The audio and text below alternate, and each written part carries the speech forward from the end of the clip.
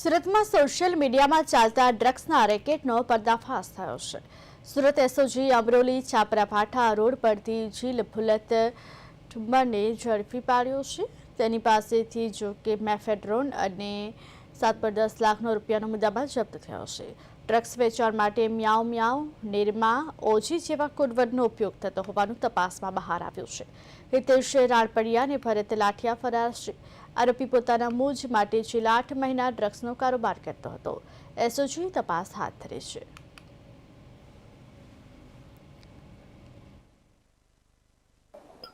ગઈકાલે 31નો જે બંદોબસ્ત ચાલુ હતો એ દરમિયાનમાં એસઓજીની ટીમને અગાઉથી અમારી આની ઉપર વોચ પણ ચાલુ હતી અને અમને એવી માહિતી હતી કે અમુક જે વ્યક્તિઓ જે છે એ ઓનલાઈન એટલે કે ઇન્સ્ટાગ્રામમાં, વોટ્સએપમાં, પછી સ્નેપચેટ જેવા માધ્યમોથી નિરમા, ઓજી, ટાઈડ દવા વગેરે કોડવર્ડથી જે છે એમડીનો વેપાર કરે છે।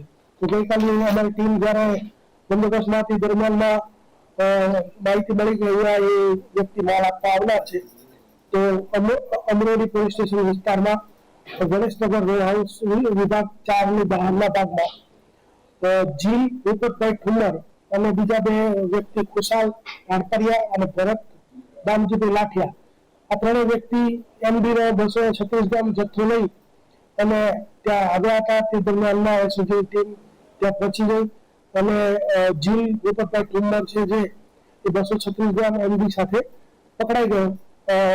તેમજ ખુશાલ રાણપરિયા અને ભરત લાઠિયા આ બંને જે છે એ ત્યાંથી નાસી ગયા એટલે એમને વોન્ટેડ જાહેર કર્યા છે। આ રીતે ટોટલ 7 કિલોગ્રામ 55 ટોટલ 236 ગ્રામ એટલે કે 7,55,000નો મુદ્દામાલ જે છે જપ્ત કરેલો છે। આરોપી જે છે જીલ ભૂપતભાઈ ઠુમ્મર એ પોતે પણ એમડીનો બંધાણી છે અને એની ઉપર બીજો કોઈ અગાઉ કેસ દાખલ થયો નથી।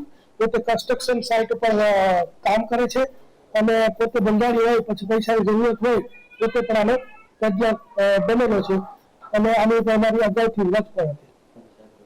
6 થી 8 મહિનાથી આ જે છે એને પૂછપરછ દરમિયાન જાણવા મળ્યું છે કરે છે, પરંતુ બીજી વધારાની વિગત જે છે એ ખુશાલ રાણપરિયા અને ભરત લાઠિયા આ બંને જે છે પકડાય ત્યારબાદ વધારાની વિગત જાણવા મળશે। આ ડ્રગ્સ જે છે એ છે ક્રિસ્ટલ એમડી અને કોડવર્ડમાં મ્યાઉ મ્યાઉ પણ કહેવામાં આવે છે।